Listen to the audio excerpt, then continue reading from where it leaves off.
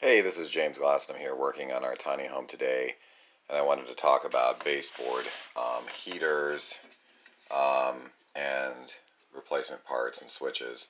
So the tiny home, which is built on a single wide trailer platform, bought a single wide trailer, I'm converting into an ultra energy efficient tiny home, is not using baseboard heaters as primary source of heat. These are emergency backups for when it gets down in the single digits, and the ultra high efficient heat pumps do really well down in the teens and even for a little while in single digits, but eventually there needs to be some backup heat. And for that, I have 4-foot baseboard heaters in every room. And I mean, if we we don't usually get a really long cold streak here. We're talking like maybe a week out of the whole winter. We're looking at days that we might need to turn these on. We could probably go most winters without turning them on. I got these free on Craigslist. A 4-foot heater is, 40, $50 at a box store. I'm gonna have to paint it anyway because I've painted the unit to match. I sprayed this yesterday with an epoxy paint that matches the trim in the room that it's going into. So yeah, so basically, I got these for free, and I need one in each bedroom and one in the living room. So I've saved about $250, and I didn't save any time on painting because I was going to have to scuff them up and paint them white anyway. But these particular baseboards did not come with thermostats mounted on them, and I'm a fan of thermostats on the baseboards for more accurate control. You also need less wiring in the walls and all that stuff. So I got these for free on Craigslist or Facebook Marketplace, one or the other, and I guess they had to have had wall mount thermostats because these don't. So for $20 you can get, or $15 or whatever, you can go buy the wall mount switch, and I did a video on double pole versus single pole. Double pole switch, which is what this is, means off, all the permanent true off, and single pole 240 is just a low. I want something that I can truly turn off. Plus the breaker is going to be shut down to these anyway. I mean, we're just never going to use them.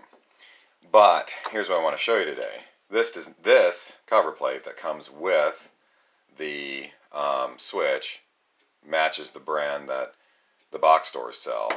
This is the cover plate that I have from my free heater that I got locally off Craigslist, and I have marked where I want to put those holes using that as a template, and making sure the reason it's in the upper left corner is I've got a ceramic knob sticking out here, an insulator for one of the wires, and I've got the high temp cutoff switch. It's built into the heater right here. So I needed to get this up out of the way, but still be, easy enough that I can actually turn the knob.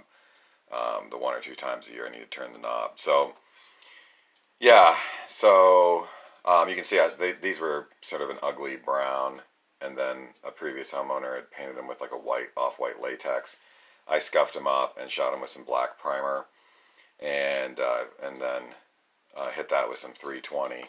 And I'm going to drill these holes, and then I'll spray this. I'll spray this guy, clean it up and spray it. But I just wanted to drill the holes before I paint it.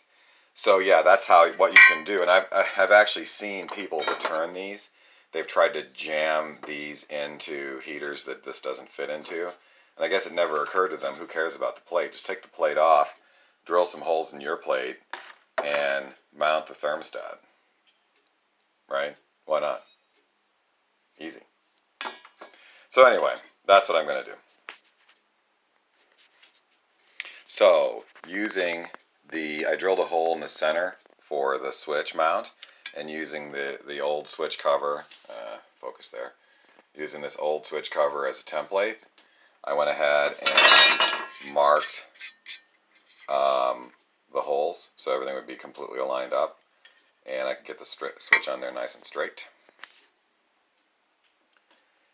And then using this step bit, I enlarged the center hole, and it lined lines up perfectly. I have transferred this to this, and now I can mount the switch. Okay, so I've got the switch mounted and the tested out, and I can put the bear with me here while I'm all alone here today. No one to. There we go, and that's what it looks like. And it looks, the off is in the 12 o'clock position, very nice, and it's nice and straight. And these two little notches are parallel to the plate itself.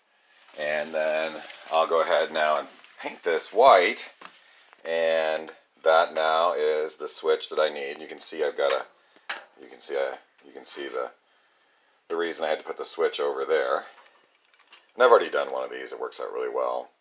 And there you go. That's how you solve the problem of getting a baseboard heater thermostat at a box store. I mean, I would never find this, I would assume, this profile plate. Who knows? I mean, it would be very, very difficult. I wouldn't even know where to go find. These heaters are probably 20 years old. I wouldn't even know where to go find this profile.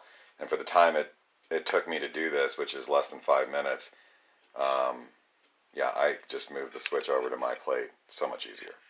Anyway, so that's what you can do when you buy a replacement switch and it comes with, you know, a cover you don't need. If you happen to have that brand, fantastic. If you don't, just drill some holes in yours and you're good to go. Hey, thanks for watching.